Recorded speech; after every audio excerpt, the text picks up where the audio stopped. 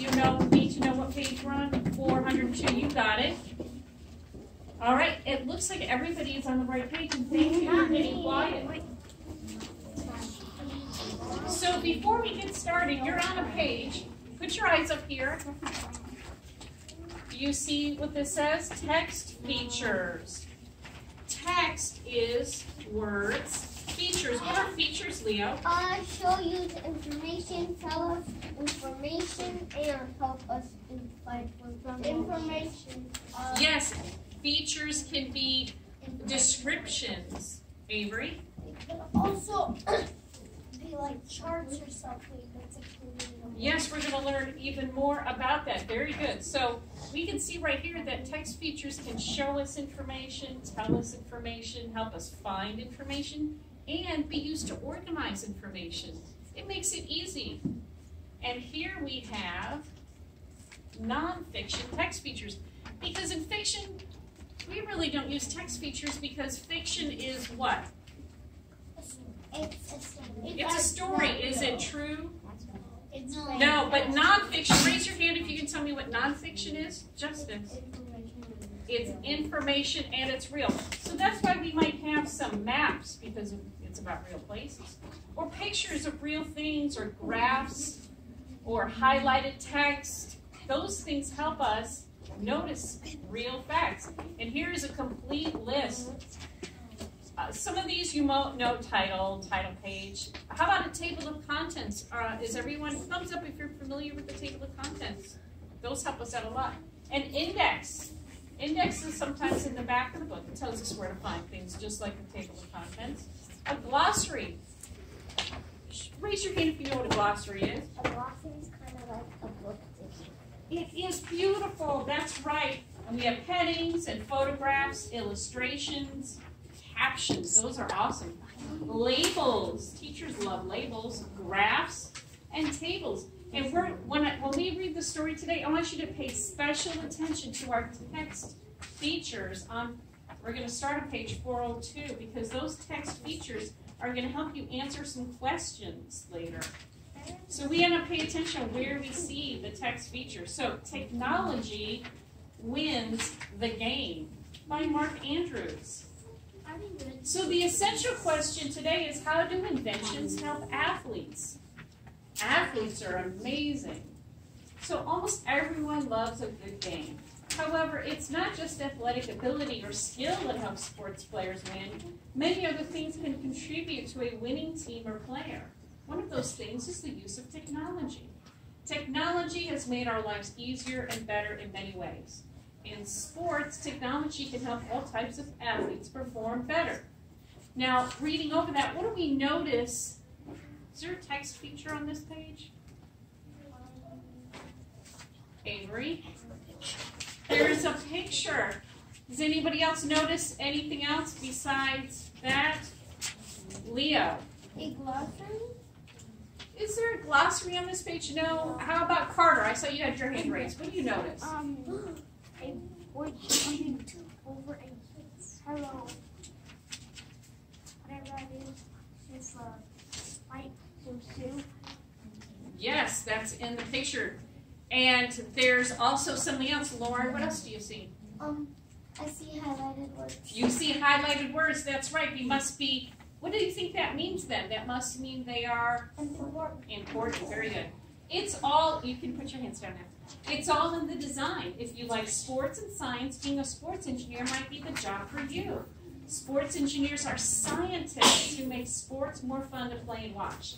They design better materials, surfaces, and equipment. They help keep athletes safe from injury. A sports engineer has probably helped improve your favorite sport. The science of sports engineering. Some sports engineers study the way athletes move when they play different sports. An engineer might watch a soccer player to see how the player's foot strikes the ball. This can lead to ideas about soccer shoes, the soccer ball, or even the soccer field. Engineers use these ideas to improve the game in some way. The first step for a sports engineer is to identify a problem in a sport, something to be improved. Almost anything can be improved. Then the sports engineer comes up with a possible solution. Next, he or she creates a model. The model may include a new kind of material. The new idea is then tested in a laboratory to see how well it works. Finally, the new product is tested by athletes. If it works well, soon athletes around the world will start to use it. Now, look at this. We have what's called a sequence of events. They have it labeled here. So, how about Sienna? Sienna, can you read the first top here where my finger is? What does that say? Problem. And then it goes down to? Idea for solution. Down to? Creative mode. Model. And? Test. So this is a sequence of events. They had a problem. They had an idea. They created a model, and they tested it to see if that was a good solution. That's a wonderful graphic right there, and it catches our eye, doesn't it? Thumbs up if you think it's eye-catching. And it really clarifies what they had to do. Changing the game. What a racket. Let's take a look at tennis. This is a sport where sports engineers have made several changes. Tennis rackets have changed a lot.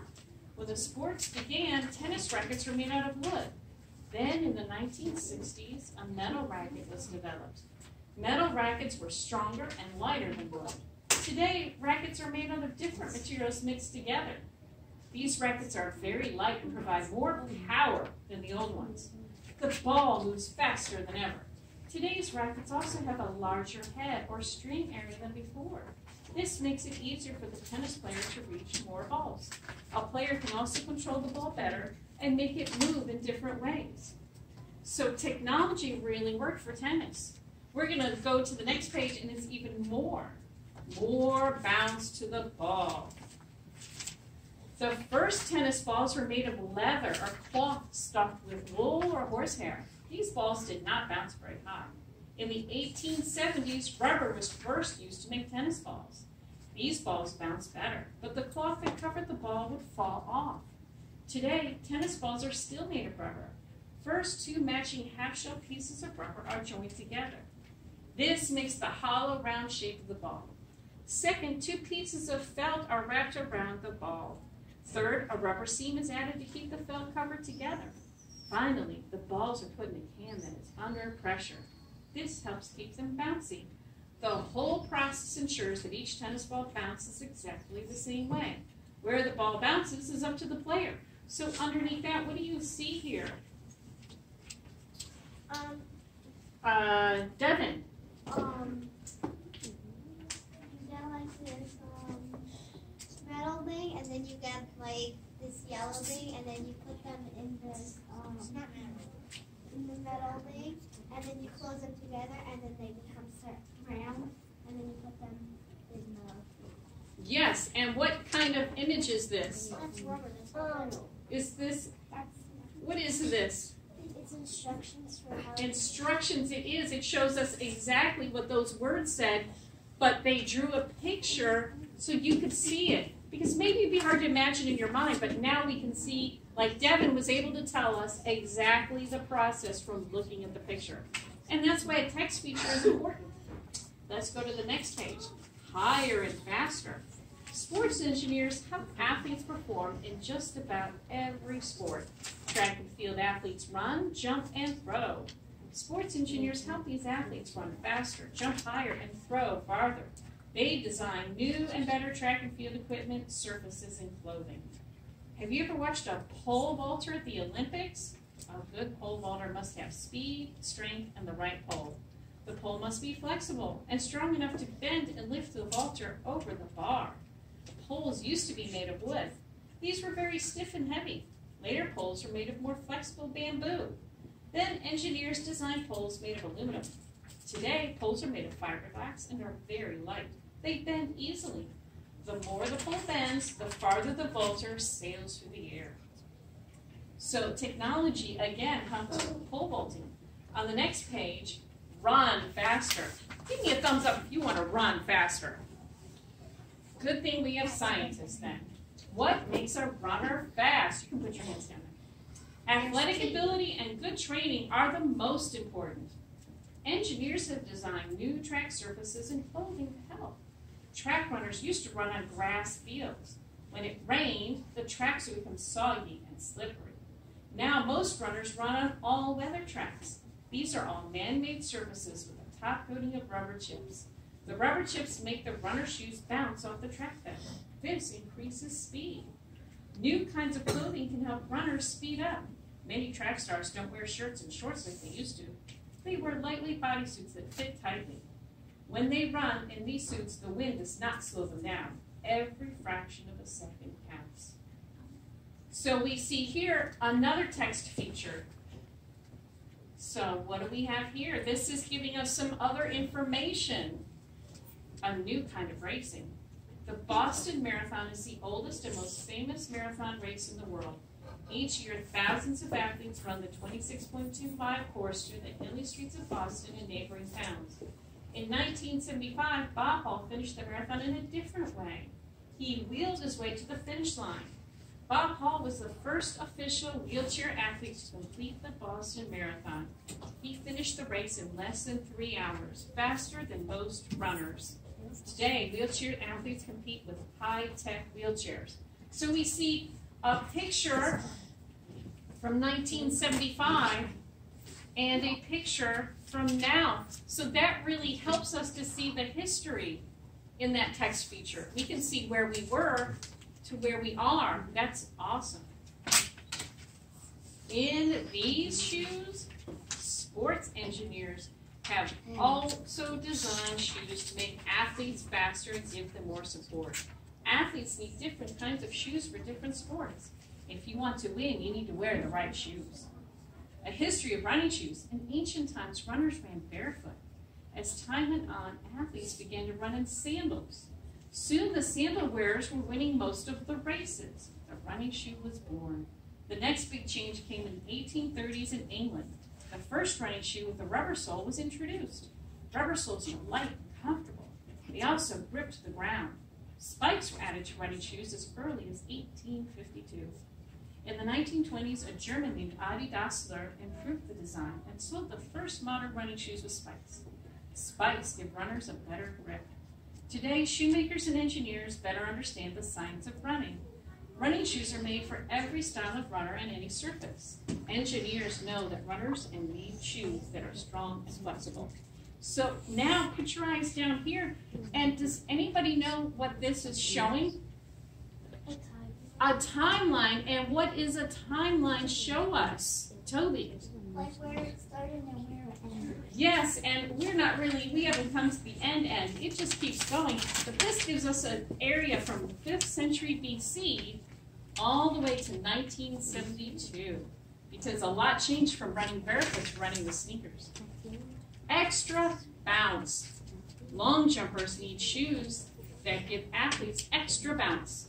The soles must be firm but able to bend. These shoes have metal spikes in the front of the shoes only. That helps the jumper grip the ground and spring from the toes right before the jump. Quick movement. Soccer shoes have plastic or metal cleats or rounded spikes on the bottom. Cleats keep soccer players from slipping in the dirt, grass, and mud. Soccer players need to change direction quickly. Without cleats, soccer would be a slower, sloppier game. So these bright colors here show us quickly. If somebody really likes soccer, they might say, ooh, I want to know about soccer. They will see that, and it will catch their eye. All right, play safely. That's probably the most important part. Athletes need special equipment and clothing to protect them from injury. Sports can be dangerous, and professional athletes often take risks. Football helmets. Over 100 years ago, football players did not wear helmets. Ouch. Then in the 1900s, players began to wear leather helmets. These early helmets did not provide much comfort or protection. Changes were needed. First, more padding was added. Second, a face mask was added to protect the nose and teeth. Also, the top of the helmet was made more round. This allowed a blow to slide off the helmet rather than strike head-on. Next, in 1939, the first plastic helmet was invented. Today's football helmets are made of a special plastic that is light and strong. The helmet design protects players from head injuries. Some football helmets are being tested with tiny computer chips inside them. If a player hits his head, the chip sends a message to a computer. Scientists hope that these chips could tell coaches when a player needs medical help. Wait, you already said that. Okay. Other safety features. This is also a little box. So this is going to tell another thing about other safety features when it catches our eye. Some ski clothes are made to help skiers in trouble. Sometimes backcountry skiers get lost or injured miles away from everyone. Sports engineers develop special sensors for their clothing. The sensors send information about a skier's location. A rescue team receives the information, which helps the team find the skiers who are fallen or buried under the snow. Brightly colored jackets and vests called reflective wear make bicyclists easy to see in the dark. Just for fun, the next time you play your favorite sport, think about some of the equipment you use. Think about the kind of surface on which you are standing, running, or jumping.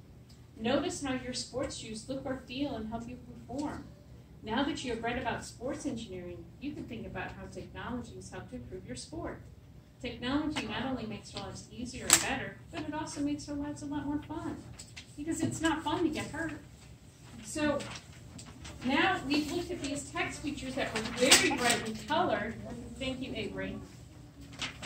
I'm going to give you a sheet that has questions on it. Now guess what the good news is about these questions? You don't have to answer the questions. Show me joy. Can you do this? Yay. But you have to find which text feature can help you find the answer and what page number it's on. So for an example, the first question is, what does a sports engineer do to make designs better? Well, you will need to look in your book and find where you might find the answer. And what kind of text feature helps you? Was it highlighting? Was it a graphic? Was it a photograph? Maybe that was an illustration. And the next question is, what is the model for sports engineering? Wow, that sounds like a serious question. Yeah. And number 3, how has power impacted the game of tennis? Remember, you don't have to answer the question. You just have to say where you might find it. Ooh, here's a good one. How have tennis balls changed over time? I think we learned all about that. And how does flexibility help a pole vaulter? So remember, just put the page number and what text feature caught your eye that might help you answer that question. All right, so I need the first row to stand up, please. And I will hand out your questions and you go back to your table and answer your questions using your book. You get to use your book. Thank you so much. There it is. I need the next row to stand up. There you go. Good luck. Good luck. Thank you, Leo. Here you go, Justice. Thank you, Harper. I'll help you in a minute, Harper. And thank you. I will help you too, Jeffrey. And the last row. Thank you for your patience. Thank you so much. Connor. Thank you, Emma. I think we need one. And don't forget to write your name on your paper.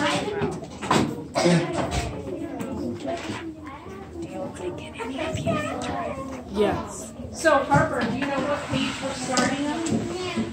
What page did we start on? Page. All right. Do we have any information here? All right. So look at the first one. Where do you think they told about sports engineer?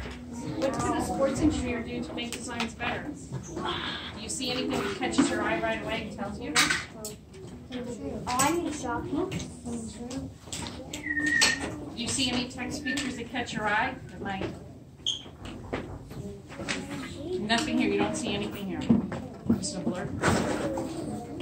What do you see? Well, what is that? What do we call that text feature?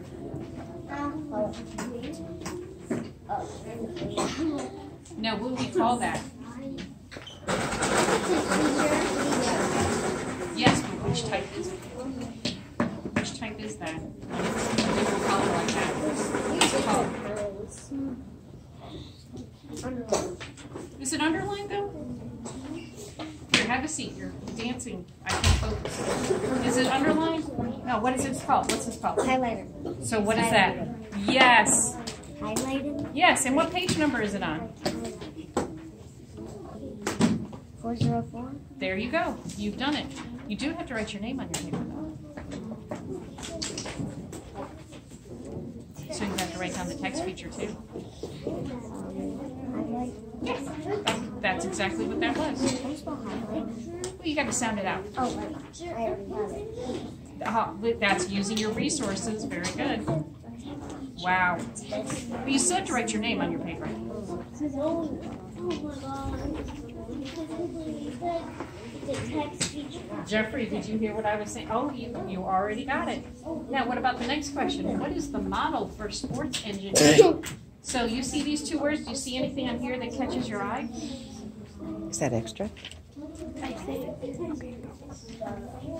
A text feature that catches your eye? Remember, a text feature is something big.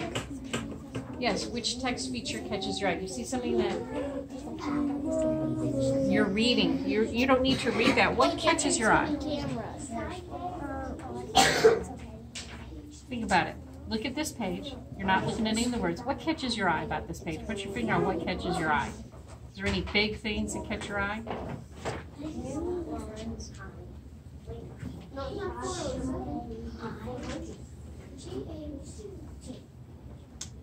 Is there? I don't see any highlighting. I don't see a picture or graphic there. Do you look at the whole page?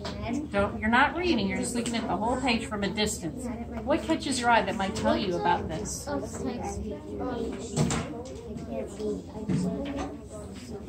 You see something? Those are words. No, we're not reading words. What's catching your eye that might help solve this? What's the question again? What is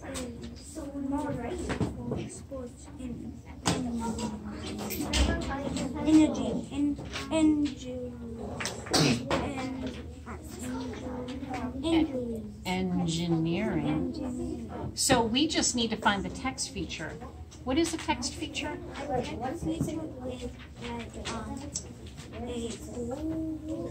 Do you see anything bold on here? Do you see anything that's graphic? Do you see anything that's showing what they talked about? A picture or maybe something that sticks out? That's just punctuation. It's something big. It's something, a text feature is something big. Do you see something big that's showing you? I don't. Think about something big, a graphic, something that's colorful, something that's simple, something maybe that has arrows. Do you see something big like that on the page that catches your eye? It's not in the words, it's something big. What? Put your hand on it. What is that? Yes, they're labels, but they have little arrows. No, this is called, they have a label. This is called this. What is it called?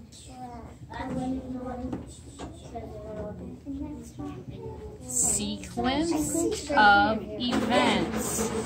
Do you think that explains what all these words are saying? And is it real easy to understand? So what do you think? Do you think that's a text feature? Yes. Now what page is it on too? It is on 405. Very good.